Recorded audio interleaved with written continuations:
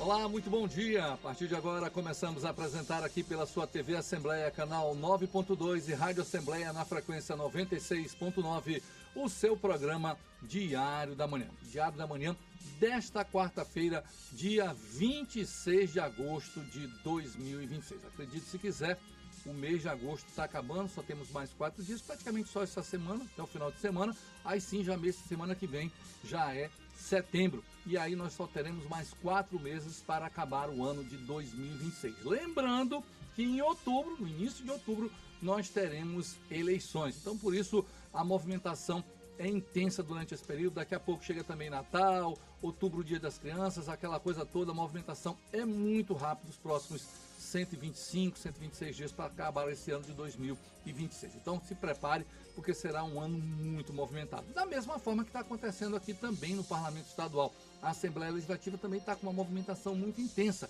Incrível, os deputados estão indo para o interior do estado do Maranhão. No período de eleição, estão apresentando trabalho, estão ouvindo as demandas da sociedade. É um período eleitoral e realmente, sem dúvida nenhuma, a demanda aqui dentro do Parlamento Estadual termina diminuindo no que concerne às sessões.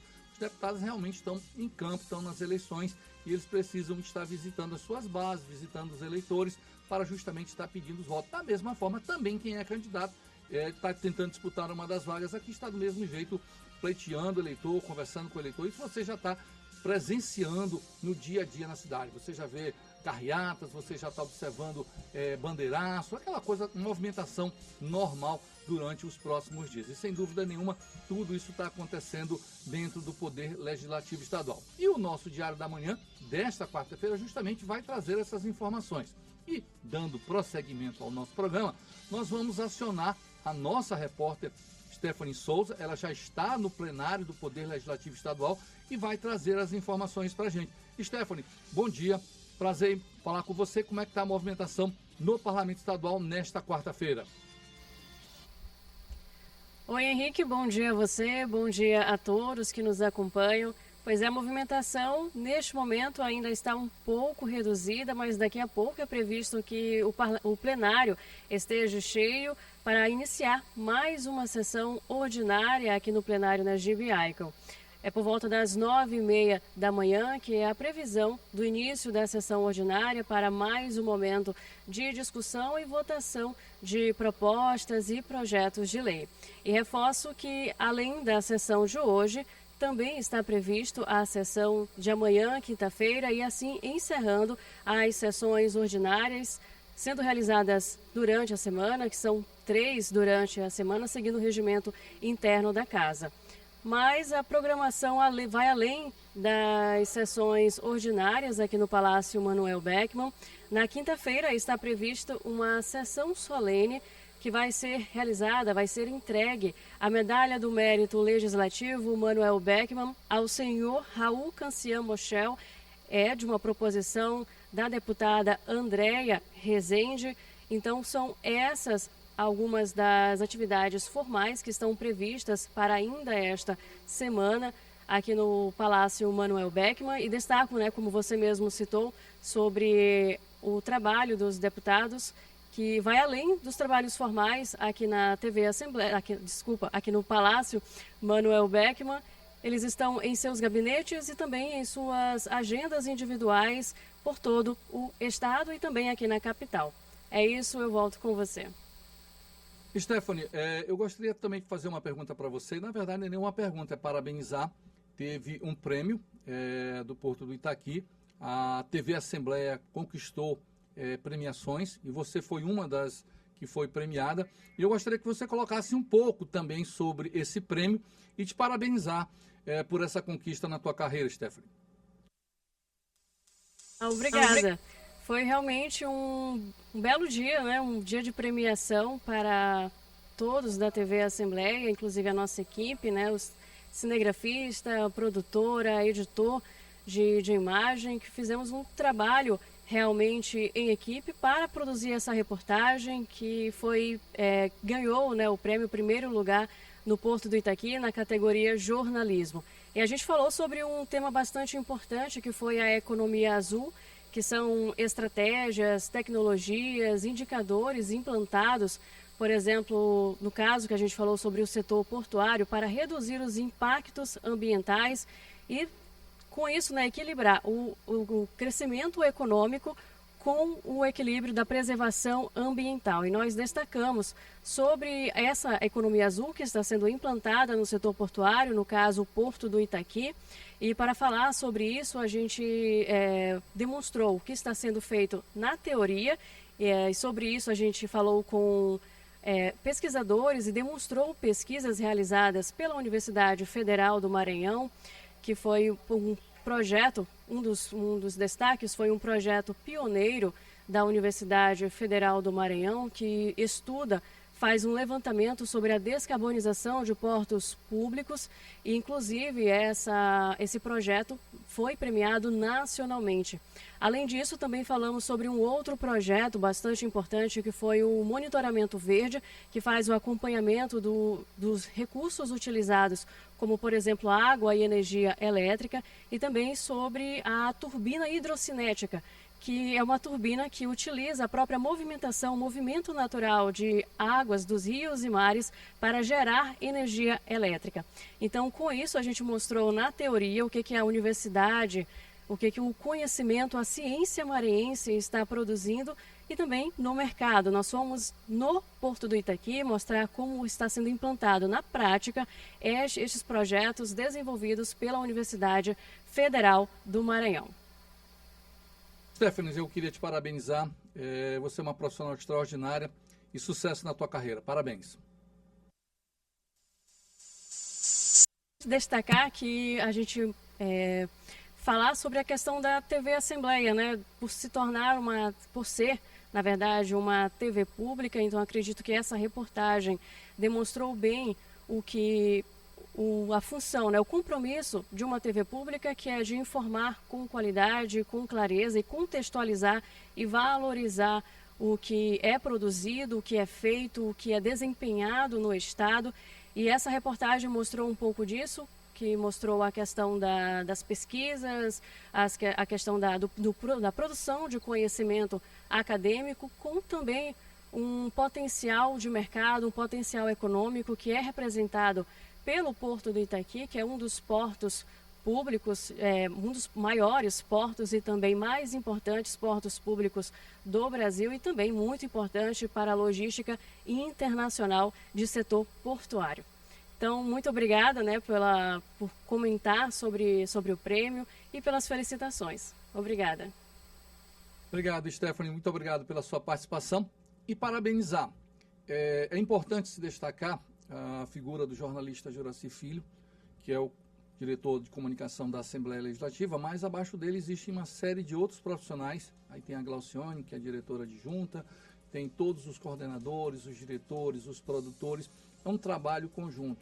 Eu aqui estou nesse exato momento apresentando o programa Diário da Manhã, mas vocês não estão vendo, mas tem o Adilson Carlos que está aqui conosco, tem o Claudinho, tem o Bispo, tem editores de imagem, todo um trabalho é feito, tudo é muito bem estudado.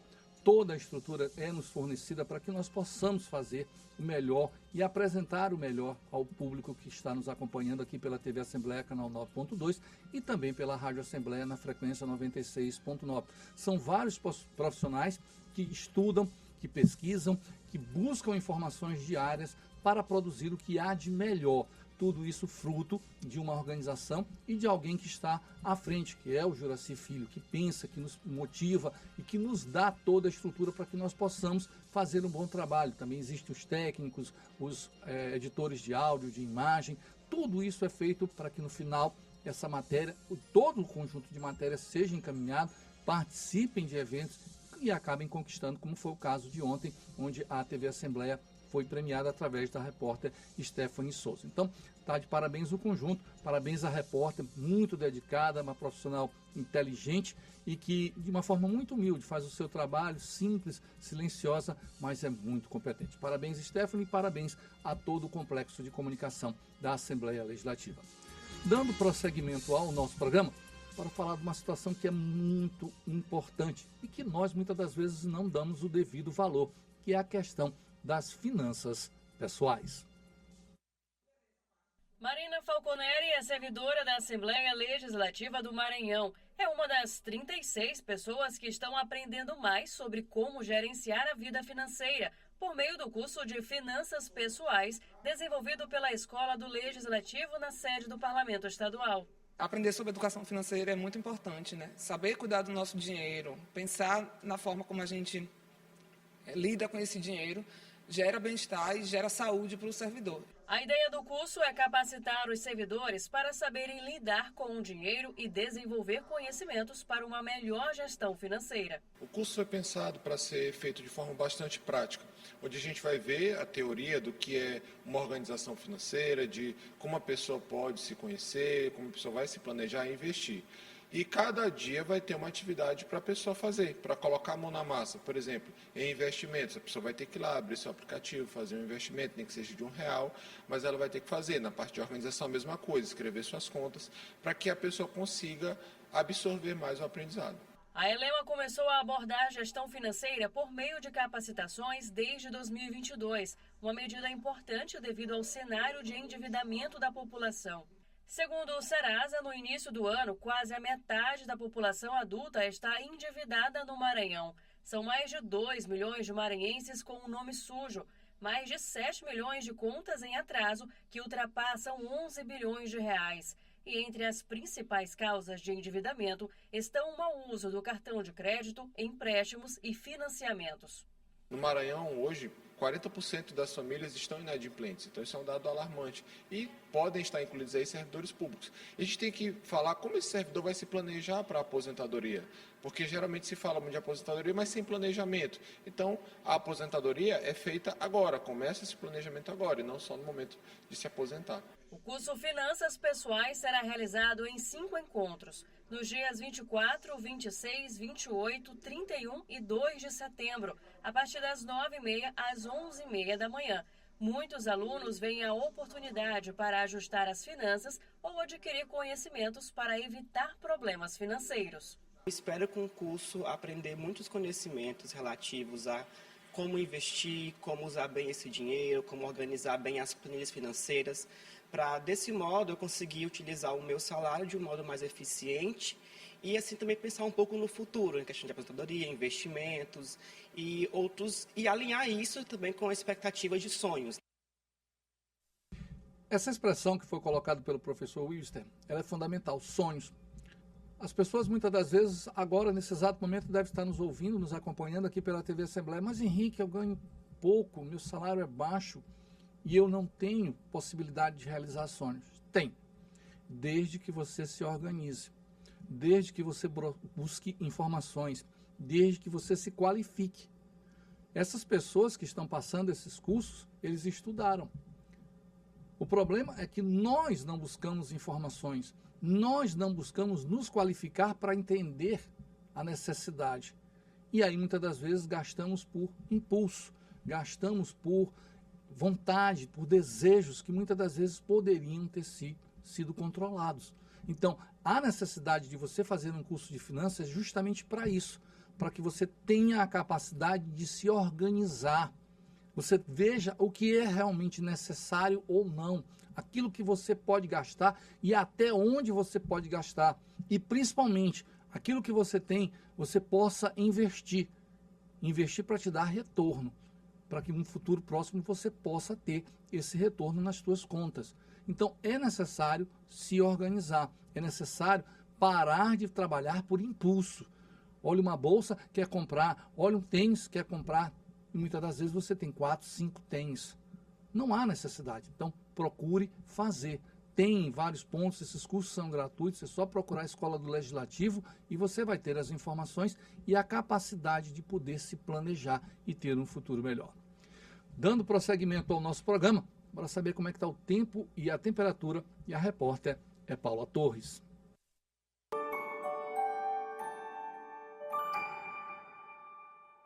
Oi, muito bom dia. Quarta-feira começando e aquela dica de sempre antes de sair de casa.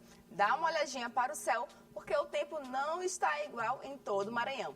Tem lugar com bastante sol e temperaturas altas. Começando pela Grande Ilha, São Luís fica entre 26 e 31 graus. O dia começa com sol e algumas nuvens, mas a previsão é de tempo firme sem chuva.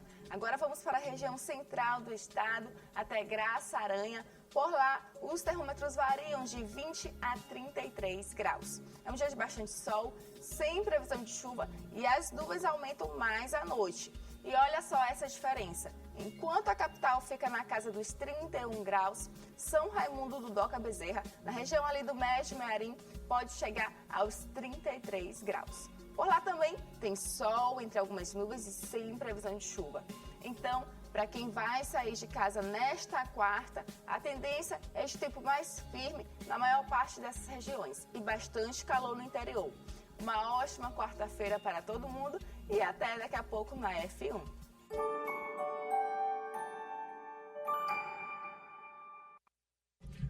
Esse detalhe que foi colocado pela nossa repórter Paula Torres, ela é fundamental. Está acontecendo uma oscilação aqui, não só em São Luís, como também no interior do estado do Maranhão. Ontem, por volta de 1 da tarde, quando eu saí aqui do Parlamento Estadual, nesse trecho que vai aqui na Gerônimo de Albuquerque, quem vai para o São Francisco, acredite, choveu. Algo que você não espera. A mesma coisa está acontecendo no interior do estado do Maranhão. A repórter citou Graça Aranha, região central do estado do Maranhão. Do nada, dá pancadas de chuvas. Isso ainda está acontecendo porque nós ainda estamos no final do mês de setembro. É possível, e os institutos de meteorologia afirmam que existe essa possibilidade. São nuvens passageiras vindo de uma determinada região, passando. E no que passam, realmente deixam a marca de chuva. Isso aconteceu ontem aqui nessa região do Renascença. E está acontecendo em muitos e muitos municípios do estado do Maranhão. Mas a predominância é de temperaturas altas, acima dos 30 graus. Temos que nos preparar, nos prevenir para que isso possa acontecer. Aí a partir de setembro, aí sim, a situação vai ficar cada vez mais difícil, não haverá chuvas, aí sim, só muito sol, e aí nós temos que estar andando preparados com roupas leves, protetor solar, para que não aconteça nenhum problema nesse sentido. Vamos dar prosseguimento ao nosso programa, vamos saber sobre a matéria do Inova. Inovação, tecnologia, inteligência artificial já fazem parte das discussões sobre o futuro dos portos. Em São Luís, representantes do setor portuário, empresas, universidades, instituições públicas e especialistas se reuniram para discutir como essas transformações podem tornar as operações mais eficientes, sustentáveis e competitivas. O debate faz parte do Inova Itaqui 2026, realizado pela empresa maranhense de administração portuária. A programação reúne palestras, painéis, apresentação de experiências e discussões sobre inteligência artificial, ESG, diversidade e os novos caminhos para o setor portuário. O evento Inova Itaqui já é um evento de referência nacional, né? E esse ano a gente vem justamente para consolidar ainda mais todos os nossos projetos, né, voltados para a inovação, para a tecnologia, para o desenvolvimento da ciência, dentro do setor portuário. Entre os temas discutidos está o papel do próprio porto como ambiente de inovação. A programação também abre espaço para iniciativas que aproximam novas ideias dos desafios enfrentados no dia a dia das operações.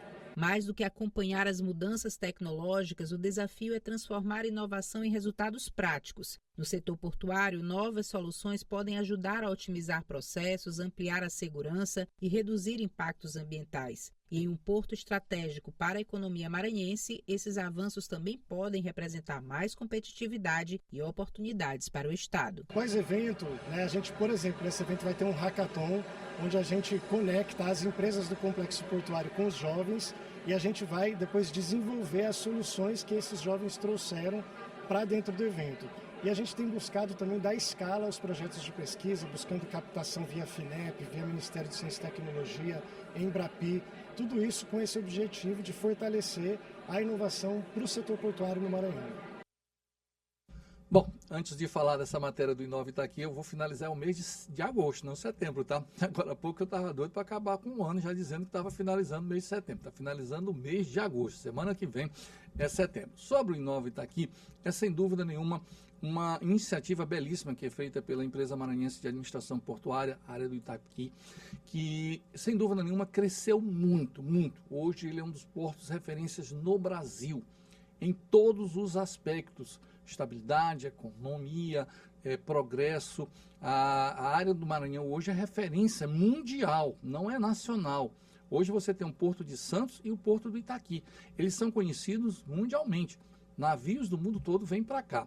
E, logicamente, eles ampliam esse trabalho quando eles fazem essas iniciativas, que são iniciativas essas para levar para a população aquilo que é melhor. E o detalhe mais importante é que os estudantes estão participando. Os alunos do IEMA e de várias outras escolas públicas estavam lá presentes, acompanhando a tecnologia. Alunos do IFMA, do Colégio Militar, de colégios particulares, sempre estão presentes. É a oportunidade que essas pessoas, esses estudantes, têm de ter noção e conhecimento sobre tudo aquilo que está acontecendo no que concerne à tecnologia.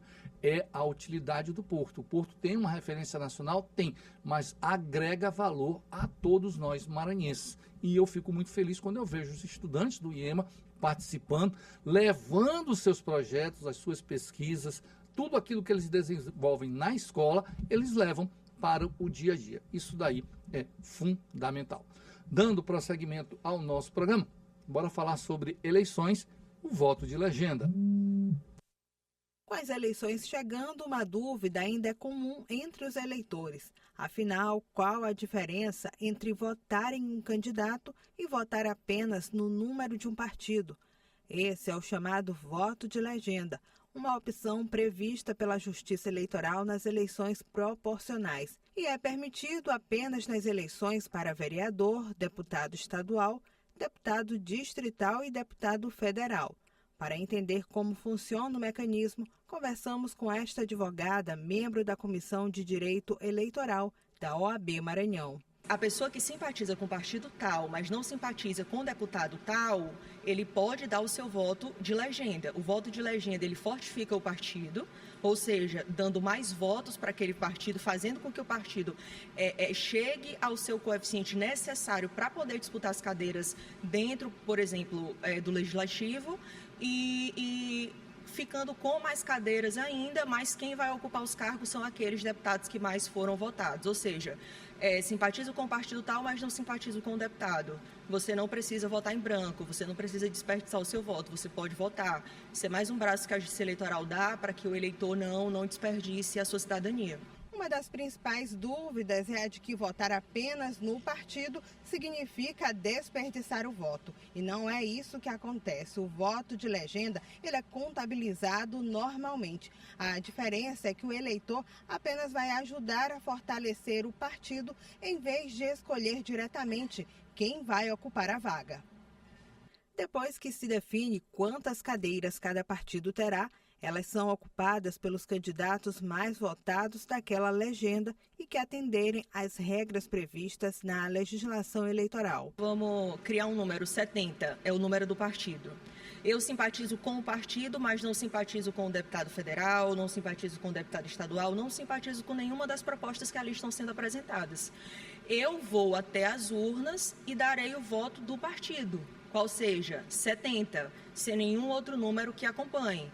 Se o meu voto, e isso se classifica, na verdade, se conceitua como voto de legenda. Então, voto de legenda nada mais é do que aquele voto que é depositado para fortificar o partido que você simpatiza, que você coaduna com as ideias, e não necessariamente com um candidato X ou Y.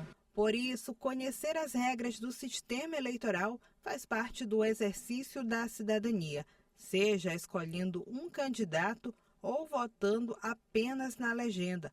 O importante é entender como cada voto é registrado e de que forma ele contribui para a formação das câmaras municipais e das assembleias legislativas. Quando faz essa primeira etapa, que é de contagem dos votos, tanto do candidato quanto do partido, depois vai se contabilizar quantas cadeiras o partido conquistou dentro daquele espaço e se de fato ele passou, porque tem partidos que não alcançam o coeficiente, e alcançado esse coeficiente, estando lá dentro, quem vai ocupar as vagas são os candidatos que foram mais votados.